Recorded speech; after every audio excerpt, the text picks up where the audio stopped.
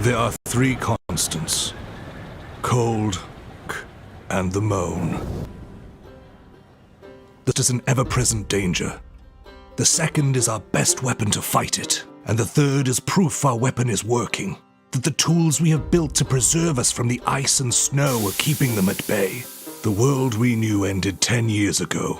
The great frost descended, and the cold never relented. There are no more seasons, no more warmth. Things we took for granted in our old life, food, trees, comfort, are difficult to come by. It is a hard life, but it is the only one we have. We go forward, day after day, driven by the same words that spurred us on since we migrated north. The city must survive. Frostpunk, the award-winning video game from 11-Bit Studios, is becoming a tabletop role-playing game from Catalyst Game Labs, longtime publisher of Shadowrun and Battletech. This society-building game pushes players to consider what they will do to preserve the fragile communities that they have built.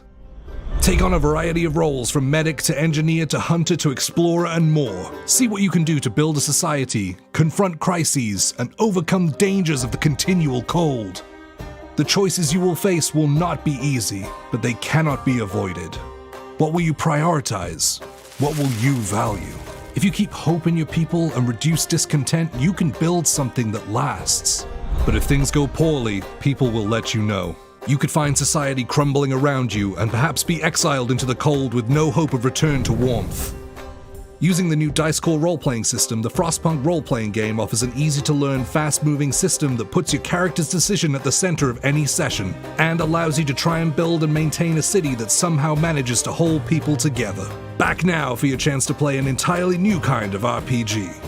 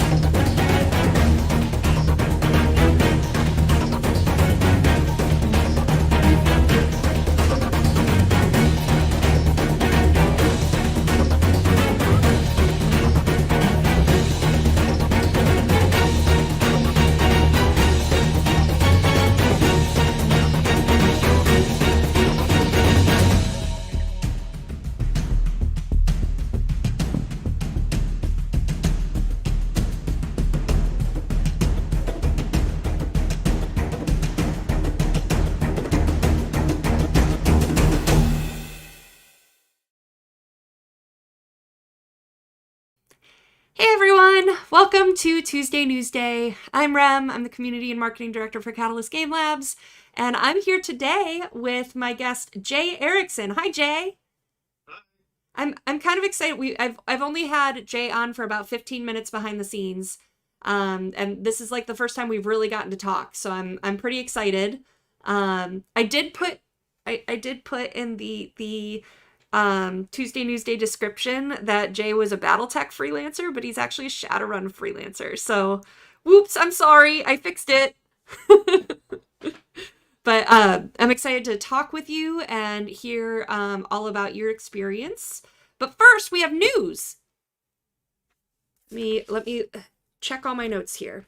All right, so let's do the big elephant stuff here. So there's two things about mercenaries and Battletech that I want to share today. And let me make sure I have my notes up here. So there will be a backer update coming later today from Tyler.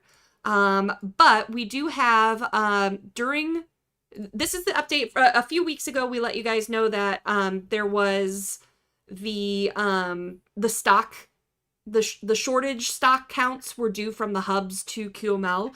QML had passed those to Catalyst, and so all of the files have been gone through now. So during fulfillment, QML and its hubs identified incorrect stock levels for items that had originally shipped from the manufacturers. Catalyst is working with QML to shift stock between warehouses and hubs. Once shifted stock arrives at the hubs, international shipping begins. So that's pretty exciting. Outside of those stock shifts, 20 items remain short, consisting of mostly faction swag like coins and dice. The remaining 20 short-stocked items are Catalyst's focus for the week, and we expect to have those stock levels fixed quickly as well.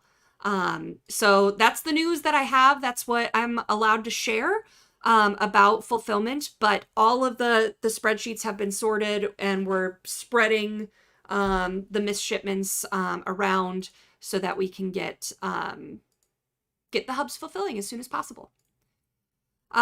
Secondly, this is a statement I did release this an hour or two ago on Discord.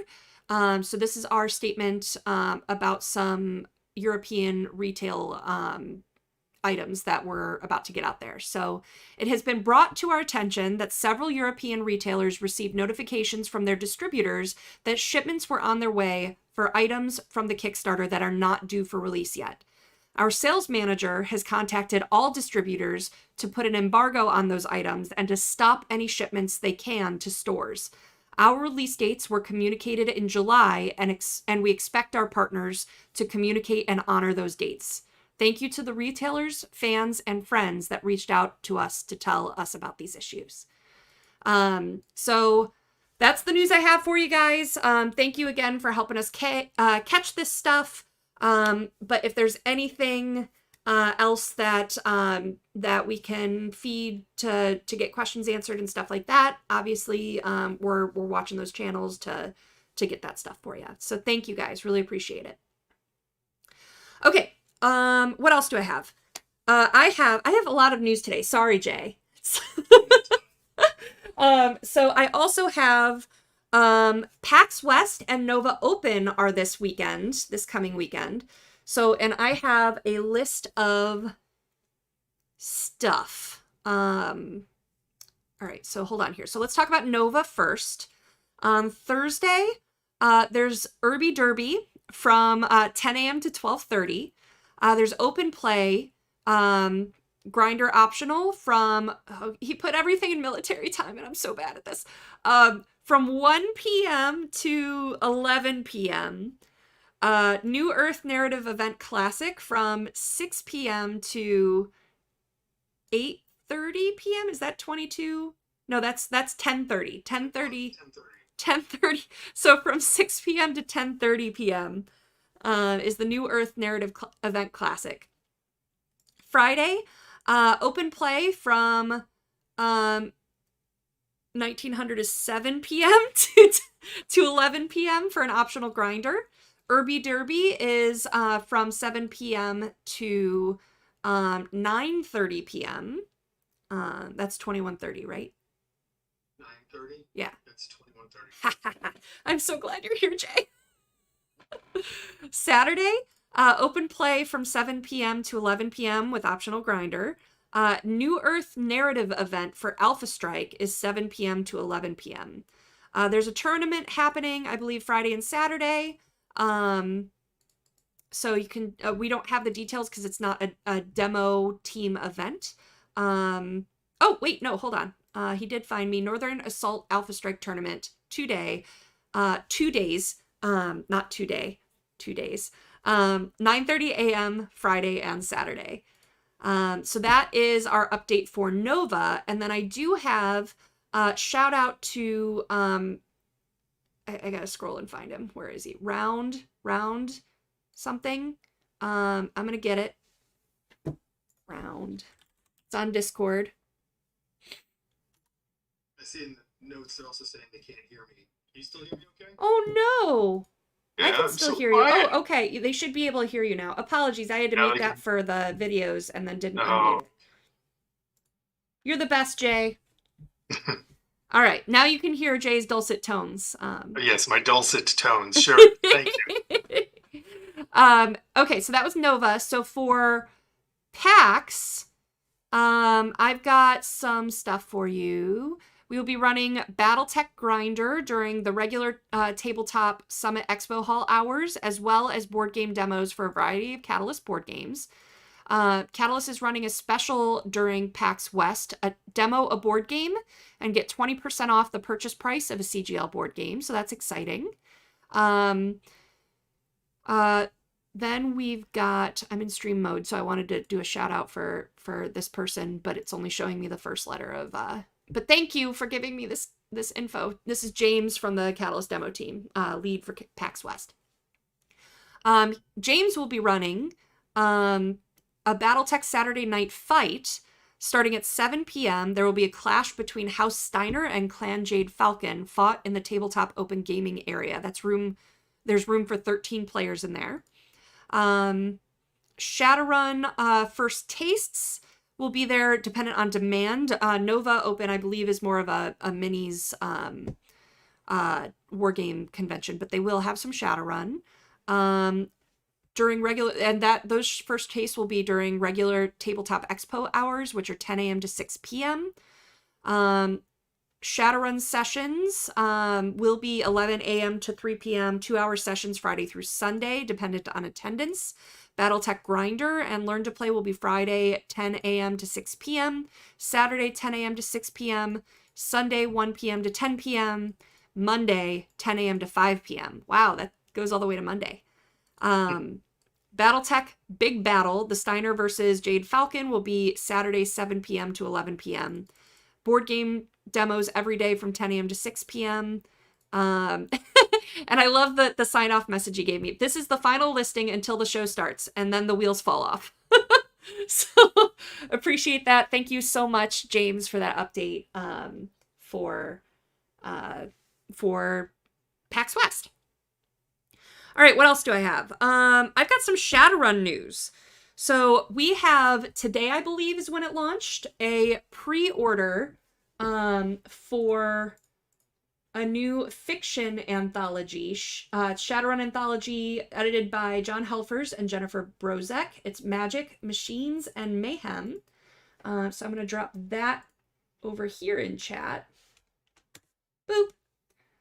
So that's the pre-order link, so you can get that. This was an anthology put together as part of the Shadowrun Edge Zone Kickstarter, so it's finally making its way out for public release. I'm gonna let you do the talking about this next thing while I dig out the link from all of my messages. Talking about something? Let's talk about Augment. Oh, okay. What do you know, Jay?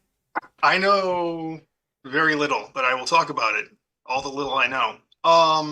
So just like Shrapnel is a quarterly magazine for Battletech, Augment is coming out as I don't know if it's quarterly, but magazine in the same style for Shadowrun.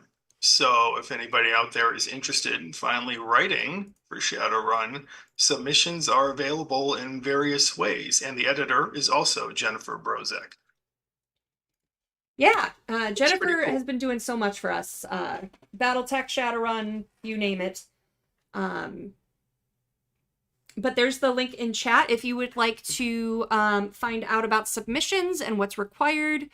But now we have a magazine for Shadowrun too, just like Shrapnel for Battletech. So we're pretty excited about this. It's going to be brand new. I haven't even gotten to look at like what is in the submissions yet. I'm clicking the link myself right now. Augment is the types. What was that? So there's a couple of types for submissions. It's pretty cool, actually. Yeah, here I'm gonna go ahead and take some time to look at this with you guys. So Augment is the open call market for official short fiction set in the Shadowrun universe. This is an in-universe magazine that will be referenced in Shadowrun fiction by the fictional characters. Augment is the Cosmo of Shadowrun and is published by a division of Horizon. Augment your life with Augment Magazine is the catchphrase. Submission guidelines. What we want, we are looking for anonymous confessional stories of 2,000 to 3,000 words from a Shadowrunner's point of view. Sinless secret, or a corporate wage slave's point of view, sinful secret. The bulk, 75% of the accepted stories will be from the Shadowrunner's point of view. If you go for the corporate wage slave's point of view, it better be a good one. These confessional stories are secrets that the anonymous person just needs to tell the world, whether it's to confess, explain, gloat, or say goodbye. All stories should have an element of breaking the law, corporate, legal, organizational, familial, or otherwise, for what the anonymous author believes is a good enough reason. Bonus points for a creative sign-off, a la Bruised in Brunswick or Decker Unearthed Dirty Evidence. I like that. That's dude. And then there's format, there's what we don't want. I'll go through that one too, and then we'll, you guys can check out the rest. So what we don't want, the following items are generally grounds for immediate disqualification. Stories not set in the Shadowrun universe. There are other markets for those stories. Stories centering solely on romance, supernatural, fantasy, or horror elements. If your story isn't clearly set in the Shadowrun universe, then it's not for us. Stories containing gratuitous sex, gore, or profanity, keep it PG-13 and you should be fine. Stories under 2,000 words or over 3,000 words. Stories that cast Horizon or its subsidiaries in a negative light. Augment is an in-universe publication, so Horizon is not going to publish confessionals that make itself look bad, that boast about successful heists against Horizon. Publicly available Shadowrun fanfiction. If your story has been posted in a forum or other public venue, then we will not accept it. So, get in on your Shadowrun writing. And of course your battletech writing too, with Shrapnel. But awesome. Cool. I'm excited about this. Yeah, I really like it. Cool. Seems fun. The final bit of news I have here is that in 3 weeks, in September, I'll be going to Toronto. We'll be filming season 2 of World of Shadows. So if you haven't watched World of Shadows season 1, I think there's 2 episodes left for release, plus Six Sides will be releasing the recorded games that we've done at convention. So you'll get to see the one with B. Dave Walters from Gen Con and Nora Ibrahim, and Tommy Rice, and some cool runners. So they'll be releasing those. It's every Monday at 8:30 p.m. And meanwhile, we'll be recording season 2. So season 1 takes place in Chicago in 2076. And season 2 they're gonna be going to Boston in 2076. So if you know, you know. If you don't know, then watch season 2. I'll be having fun torturing them. That's all I got. Any questions you thought of, Jay? You speak for our audience at this point. For Augment or anything in general? Anything. Okay. Let's see. Six Sides of Gaming, you're the GM, right? Yeah. And you're going to be running it with 6th edition? Yep. Okay. Which I need to reread before every time I run it. Like I ran it at Gen Con, and I when we were on the stage, and I hadn't done my refresher reading, and I was like, I think that might have been a 5th edition rule. Oh well. Do you have a preferred edition? I saw that a person asked me, I preferred 2nd to 3rd edition, but I do play 6th edition. I've only played 5th, 6th, and Anarchy. Okay. Honestly, I like 6th. I love Shadowrun for the lore and the setting, not the rule system. I don't love any game for the rule system. I don't like a lot of crazy crunch, and considering that's what Shadowrun is. Yeah, it's very crunchy. Yeah, it took me a while to care enough to learn it. And honestly, I didn't even open the rulebook to read the rules until I was on my way to SDCC to run it on stage for the Critical Role actors. I was like, guess I need to know this now. I knew enough from like just playing and like the repetitiveness, but the one thing that I do miss from 5th is Edge. Like, I like the fluidity, and I get it now for 6th edition, but I just miss pre-edging or post-edging the rolls and rolling a crap ton of dice and, like, having that simplicity of this is your luck pool. Yeah. I do miss that. So I usually don't use edge a whole lot unless I'm doing a pre or post-edge for 4. Okay. So, but awesome. All right, guys. Let's switch over to you. I'm gonna ask you questions now. Okay. So, Jay, how did you first get into Shadowrun? Let's start there. All right. Way back when in the 90s, when Shadowrun 2nd edition first came out, I was something of a juvenile delinquent.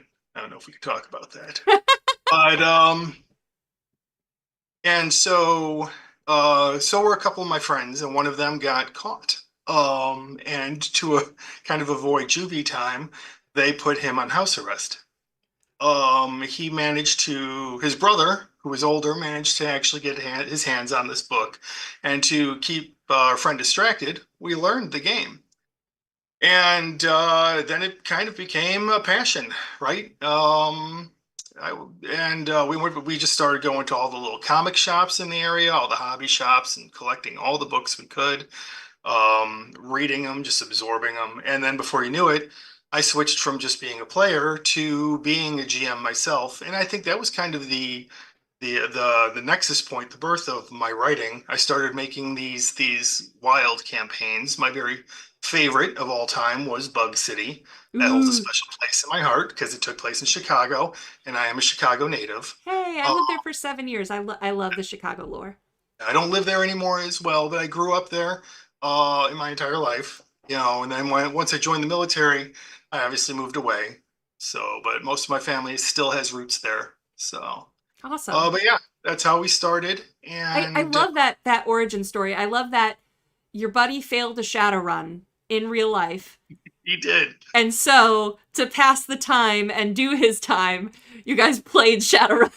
Quite a bit. Yeah. That's so cool. It was, because we were young, we had the benefit of being able to play weekly, sometimes daily. Those days are long gone. Yeah. I miss conventions. I was saying this past Gen Con, there were so many meetings. And I got to play Shadowrun on the stages and stuff like that, which is amazing. But my first Origins game fair, I spent the entire weekend in the Shadowrun missions room. And to not be able to do that anymore sucks. But, okay, so that's how you got into Shadowrun. So how did you first get into writing, even pre-Shadowrun?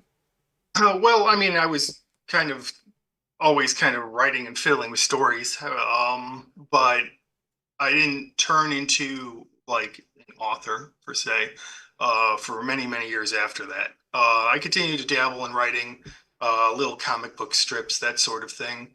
Nothing published at that time until around 2007 when I was deployed. One of my buddies, he was kind of depressed, and we were both deployed, and he was missing his family, and he pulled out, unfortunately, not Shadowrun books, but another RPG, and that was kind of bringing me back into role-playing games, because once I'd gotten active, I hadn't really played games that much anymore. Well, after we came back stateside, he introduced me to his gaming group. And up until that point, I wasn't a very role-play heavy kind of guy. And this was a very theater of the mind group. Mm-hmm. And that was interesting, but enjoyable, but it was nice to see these other players like so passionate about these characters, and it really inspired me. And I started to kind of write a story of their events, right? And it turned into an entire novel that will never see the light of day. But that was it. That's kind of what unlocked like writing for me. And then after that, writing novels became a little bit easier, and I started to create my own world. And I was published. and I have a series of novels out now. And then kind of, yeah, once I started going to Gen Con and other conventions as an author, and I realized how kind of small the world really is with the gaming community and the developers and all of that. Over time, I got to know a bunch of them in a way I would have never thought possible. And I originally tried to pitch John Helfers for a novel, Ooh. and yeah, and I failed terribly. Oh. And it's okay. It's okay. John's a very nice guy. But I came back a few years later, and that's when I ran into Jason Hardy, and he said, "Would I be willing to work on something smaller?" And I said yes. So it was kind of a nice full circle thing, right? When was Shadowrun that? inspired writing, was it? When was that? Oh, 2022, I would say. Okay. Right when Gen Con was allowed to come back right after the pandemic. Sure. Um, and he said, would I be willing to try something smaller? So yeah, it was a nice full circle thing. Shadowrun inspired me to write, and then in the end, I got to write for Shadowrun. Awesome. Cool. So have you written since? I agree. The gaming industry is it's big, but it's small. Like I get surprised because I'm like, man, I know so many people now, and then I go to a new show, I'm like, I don't know any of you. No. Hi. Yeah. So like you kind of grow with it each time, but have you gotten to work for any other companies because of? Yes. So I've worked with Paizo on Pathfinder First Edition and Second Edition. I did that Wow. before working with Catalyst. Mostly making monsters. I was, so what I write is primarily, besides for Shadowrun, fantasy, right? So I'm pretty good at creating fantastical monsters. I don't want to pat myself on the back, but I create the monsters for my players, Yeah. instead of just constantly using stuff out of the monster manual or the bestiary or stuff like that. I want to really evolve it. And so I'll create my own monsters. I like that. I love my first Shadowrun game was run by one of the Shadowrun sourcebook writers. And so like the ability to be play tested on and you don't know what's coming because it's not published, like if you're fighting a red dragon in D&D, like what you're gonna what it's weak to, what it's strong against, Yeah. it's you kind of know like what to take up arms and do. But if it's something new that's being described that you're like, I don't know what this is and I don't know let's try fire. Oh, that didn't work. Let's try lightning. That didn't work either, and so I like that tension that builds from someone designing on the go. Yeah, and it's always very enjoyable. And then I got to do it. I got to run my players through the ringer before I would try and pitch it to Paizo. So that was very entertaining as well. Awesome. I torture my players. I shouldn't. Awesome. Oh, that's so cool. It's interesting. Like I'll tease about torturing my players, but like a lot of times I feel like the fear comes like they'll be talking to themselves and role playing, and then all of a sudden they'll be like, yeah, GM, do we know blah blah blah? And I'm like, you can find out. And they're like, and it's like, I'm just along for the ride with them, and apparently that's terrifying. Oh yeah, you let them work themselves up. Yeah. I'm like, they're like, I think she's got something planned, and my brain's like a monkey with the symbols or something like that, kind of thing, and they're just driving themselves crazy. It's great. Cool. Okay, so we talked about you starting to write, talked about you approaching Jason and doing something smaller. So where did you start for Shadowrun? Tell us about your first project. There is a source book called Shoot Straight. It came out, I think, towards the end of last year, maybe. The release dates are always kind of finicky from when you actually write. He let me get my feet wet. I had to go through the regular process that a lot of freelancers have to do, but he took a chance, and he really liked the work I did. and then wanted me to submit more. Like I said, one of the cool things about the industry, like we were talking, is the ability to communicate with people like Jason, right? It's not this He's not this elusive thing. Um, you can just reach out and you'll get a response, and that's always very enjoyable. So I wrote a chapter on extractions and it was in the kind of point of view of a very veteran uh, rigger. And he had been doing extractions since like the 2050s. Right. So I got to go through it was kind of work for me to catch up and make myself up to date on all the lore. And so as he was going through, he went through like he cited, I think, three, maybe four of his extractions and what they entailed, like a willing subject, an unwilling subject, and then somebody that almost gets the crew killed. Um, and I was able to then kind of catch myself up with the lore by citing these different the events. Like I did one right before the Renraku arcology went on the fritz, so I got to go back in time there. And then I did another one in Germany on the highway in a blizzard, and they were making an extraction.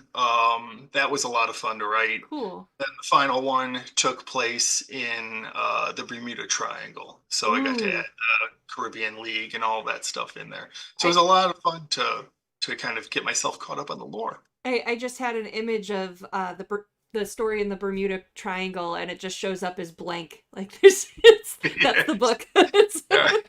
It just ends. Yeah. Chapter 1. The end. Awesome. I love it.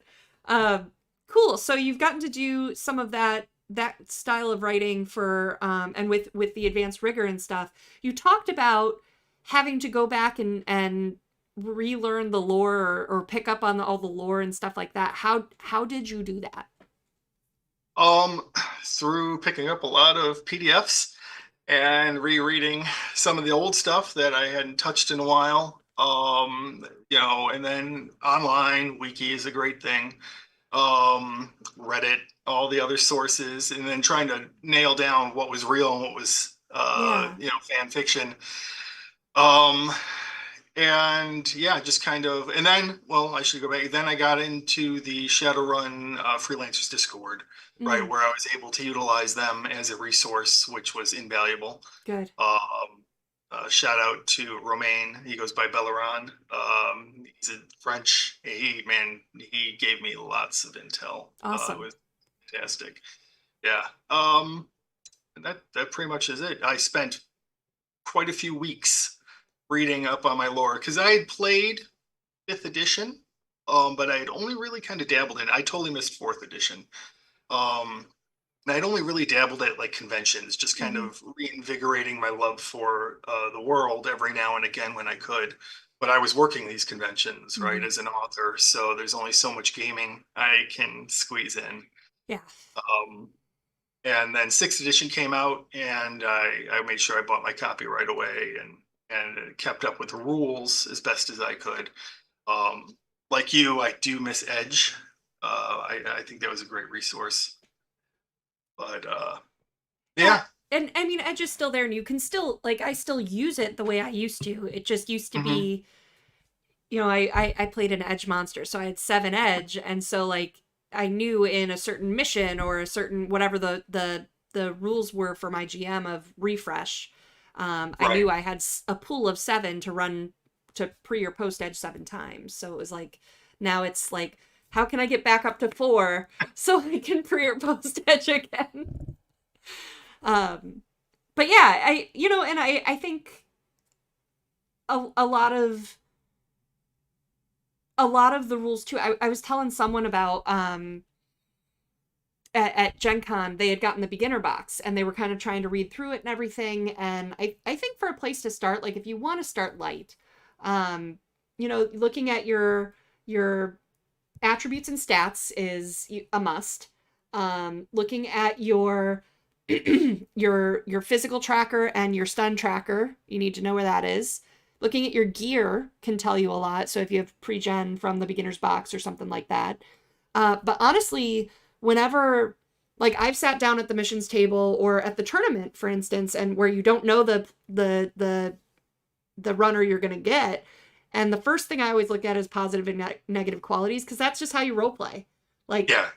if you have distinctive style, then why? Like, answer that question and lean into that. Like, if you have a soy allergy, anytime someone eats or gets something, what's in that? Like, kind of stuff, and just really lean heavy into the role play aspect of it. So that's all you really need to get started. That's why I really kind of like with Shadowrun, they have those knowledge skills, right? That the Yeah. flavor skills, and it makes it a lot of fun. I also like with Shadowrun over some other systems, the fact that like legwork is such a prominent factor of it, Mhm. and it kind of reverses the role for the GM. Instead of the player being reactive to what the GM is doing, the GM has to become reactive to the player. And I don't know, as a GM, I really like that kind of way that you play. Yeah, I think I agree. I think that, like, the first time I GM'd was a first taste at one of the cons for the demo team, and I had set up I'll give away my secret, I guess. What I had done was set up where you met the Mr. Johnson. They had a box that they wanted delivered at certain coordinates, and I knew that the box was a bomb and they were blowing up a ghoul's nest.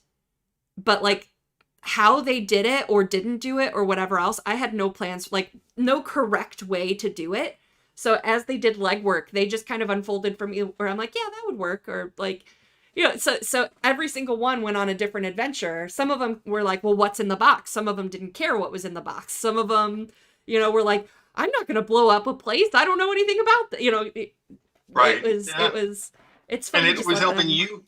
it was helping you craft the narrative. Yeah. Right. It was helping you spin that. So you didn't have to worry about keeping them on this certain rail or make the player feel like they're on the rails. They really feel like they have the choice in what they want to do. Right. Well, and then even taking it further and, like, oh yeah, I want to blow up ghouls, or oh no, like, ghouls can't help the way they are, and, like, so it's funny, like, all of the choices that are available just from that skeleton. Yeah. So neat. Okay.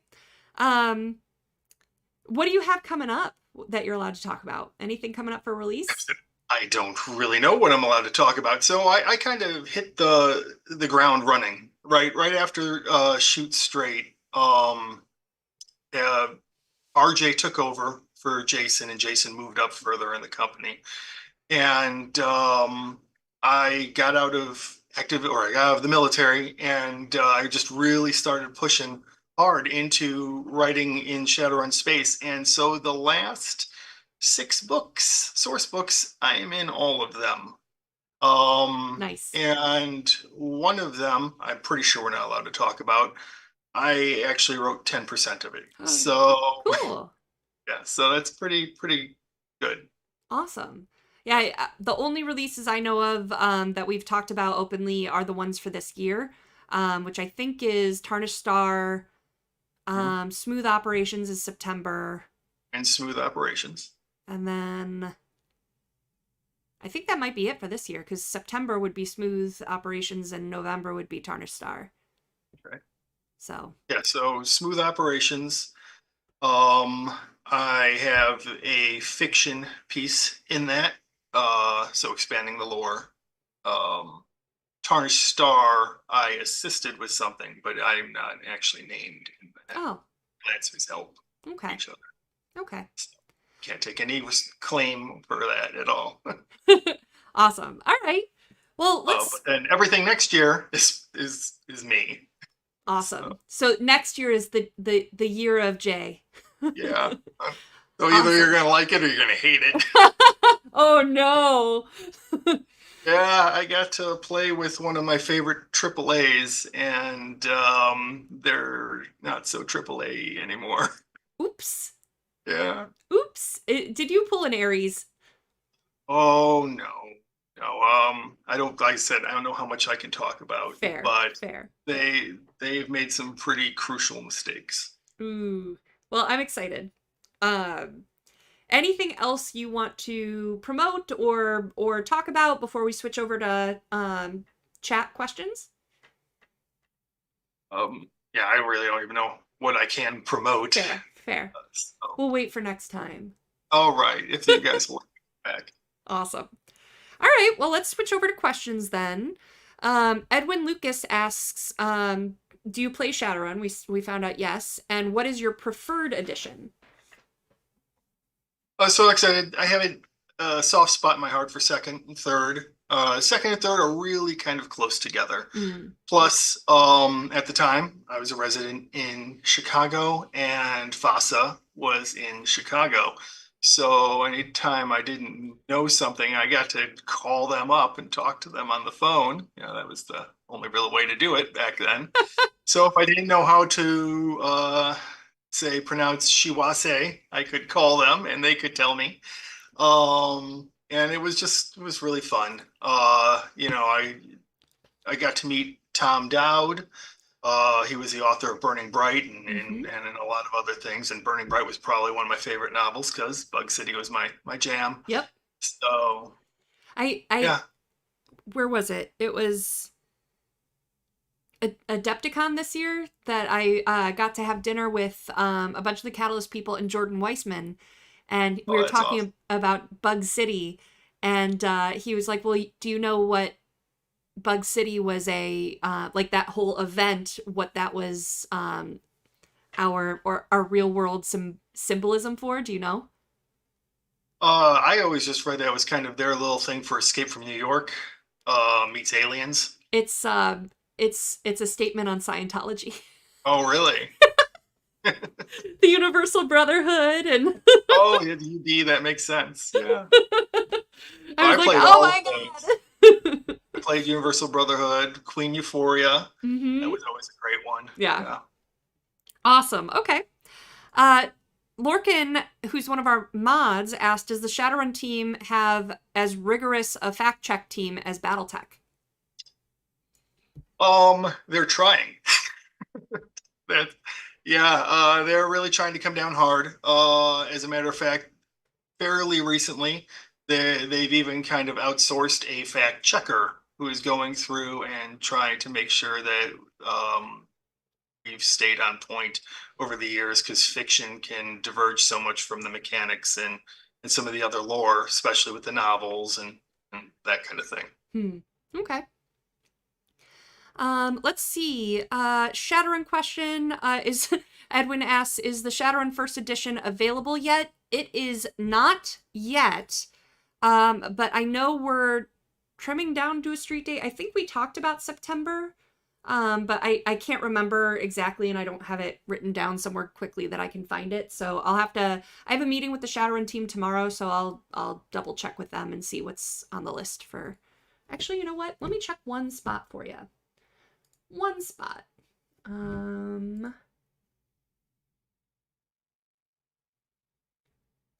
know it was printed as it was originally printed, so all the typos and everything, it stayed true to form. Yep. Yeah, all I have is like an August or September thing, so I'll have to look at that during the meeting tomorrow. But thanks for that question. All right, what else do we have? Jason Mallory. Hey, Rem, if you're filming season 2 of World of Shadows in Toronto, is there a way I can get in on that? Jason, I know you've been messaging me on Discord, and I need to follow up with you about that shipment. I've been a little overwhelmed, but message me there and let's talk about it, because I can message Tommy and see, because I'd like to get some rotating people into the cast, so I'm open to it. Merck's Kickstarter. Who is handling store credits for Kickstarter shipping, and what is their email? For store credits at this point, it's Tyler, so it's tbuckner@catalystgamelabs.com. He says he has another round to go out here soon. I'm not that sure what that means. So email Tyler. Kevin asks, if I received a QML address confirmation a month ago, July 26th, and still haven't gotten anything, who should I contact? Let's see. Tyler says there's no need to. They send those out often well in advance of the shipment. But you can, if you want to follow up, you can send your question to the QML link, which I will drop into chat. Copy. Come on over here. Boop.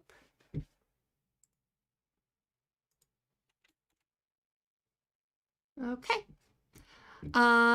Let's see.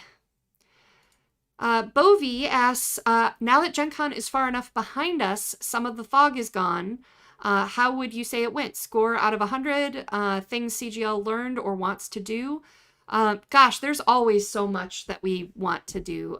We actually, our big thing we want to do is, entirely redo our booth. Like the scaffolding that we have, we hate. So we want to redo all of it, but we don't know what that looks like yet. So not sure just yet. Board game division sold out of all but like maybe 25 copies of Centurion, but every other game sold out. And was sold out like by Saturday. So and we brought more than we did last year. So that was phenomenally well.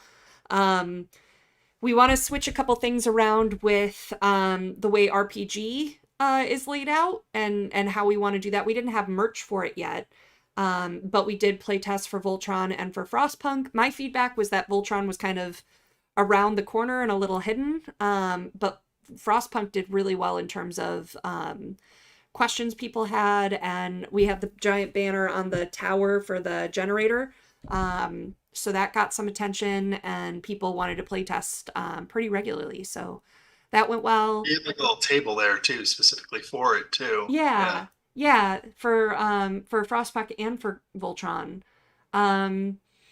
Sales went really well. They were up this year overall, so that was really cool, even though we didn't have as much stuff as we would have hoped for if we had been able to fulfill Kickstarter very quickly. So yeah, it went really well. I didn't get to do a whole lot at the booth. It was very busy for meetings and stuff for me, and then my team was there and did a lot of recorded interviews. Jay was one of the ones we didn't get to, which is why I wanted to bring him on Tuesday Newsday. But we have a bunch of content that we're editing right now and getting ready for release. I have an interview with Mike Ritchie and an interview with Jason Hansa.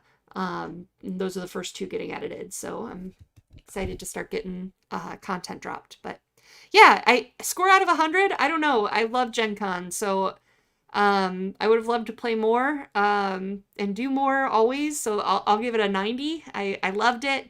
But yeah, that's kind of my thoughts that I haven't repressed at this point.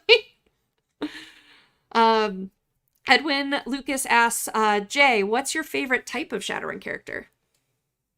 I would say I like two. If I get to be the player, I like two. I like the drone rigger specifically, just drones, and not really combat centric drones. I've slowly turned into the more tactical player in terms of getting layout and stuff like that. So I have all the little ones, the tiny little Snoop drones, anything I can do to get any kind of overwatch for the rest of the party, because I really like, again, with Shadowrun, the legwork aspect and the fact that like you get to openly communicate with your team, right? You're not restricted in any way because everybody's got comms for the most part. And so that really gets to set up a kind of a nice eye in the sky type of a character that I get to play. Or I like to play a shaman, a manipulative shaman. If I can manipulate you and get you to do what I want, that's the way I like to play. Yeah, that's a line I never cross. I never do the mind probe and stuff like that. I love those. I'll do I like conjurers. I like combat mages. That's my go-to usually. You like that DPS? You want to blow things up? Yeah, or make them super slippery, and like I love car chases because then I just ice sheet Yes. everything, and I'm like, okay. When Good luck. I GM, everyone's like it has one car chase in it all the time. Awesome. Wander Theta asks, is there an ETA on the Battletech 40th anniversary dice and dice tray going up on the web store? I need to check to see if those have arrived, because so what Fanroll did for us, because they're the ones that produced them or manufactured them, they brought for us to Gen Con the set that was there, and they've shipped the other sets, but they're shipped internationally, so I need to figure out where they are, if they've arrived yet or not. But once they've arrived, then we'll set a street date for them and get them up there. So thanks. I'm proud of those. That's my update from Gen Con for Bovie. My first ever contribution in terms of merch for Shadowrun and Battletech were the anniversary dice trays and dice sets. And Shadowrun sold out of dice sets, and like Battletech there were like 6 left or something like that. And so when we got on the call and merch came up, I was doing my hair flips because like I did so good. I think Were those the resin dice? They're the these are the Battletech ones. Okay, yeah. So Seeing those. yeah, so those almost sold out. The dice trays sold out. I didn't even get one of the dice trays. For Shadowrun, I got the dice tray, but I didn't get the dice set. They were gone by the time I got to them. But I'll get them somewhere else. It's fine. I'll wait. So I was super proud of that. MJK Whithouse says, is there an update on Randall's Europe stops for Operation Reunification? He did a ton of them after UK. I don't know, other than what's posted on the interwebs or on our socials. I'm not sure where Randall plans to go the rest of this year. I haven't been tracking that very closely. I don't know if he's going places after Essen or not, or before Essen. I know he'll be at Essen in Germany, but I'm not sure if he's doing more stops or not. What else? Do we have any other questions, mods? Thank you, mods, by the way. Thanks, Dave, and I know Tyler is in chat. And who else? Shock, I think, is here, and am I missing one of my mods? And Lorcan. Of course, Lorcan. So thank you guys for all you do. But is there any... Will some new stuff be sold at Essen? Yes. I think that... that's from Harold. I think everything that was available at Gen Con should be going. I know that we're taking all of that new stuff to PAX and to PAX West and to Nova. So all of that new stuff should also be available for Essen. They're getting their lists together to ship everything. So I don't know what the final list is. I meant to ask and forgot. Also, we didn't have the directors meeting today like we usually do. So, but I can try to get more of an update on what specifically, but a lot of that new stuff is coming. So, anything else? Check my mod doc one more time, but I think we might just be wrapping early. All right. Well, thank you guys so much for joining us. Thank you, Jay, for being here. Thank you for having me. Of course. Please ping me anytime you've got a release coming up. We start marketing like 1 to 2 months out. So if you've got something coming up, let me know and we'll get you on a Tuesday Newsday so we can talk about it or do a separate interview. Okay, cool. That's great. Awesome. Thank you. Thank you so much. Thank you guys. Really appreciate you being here with me. Hopefully my spiciness did not come out too much. I know I was distracted because I'm spicy, but really appreciate you all. And next week I will not be here because I'll be at Alliance Open House. So I'll be at a trade show, but the following week, the week of the 8th, 9th, I will be back. So thank you guys. Really appreciate you, and I'll see you next time. Bye.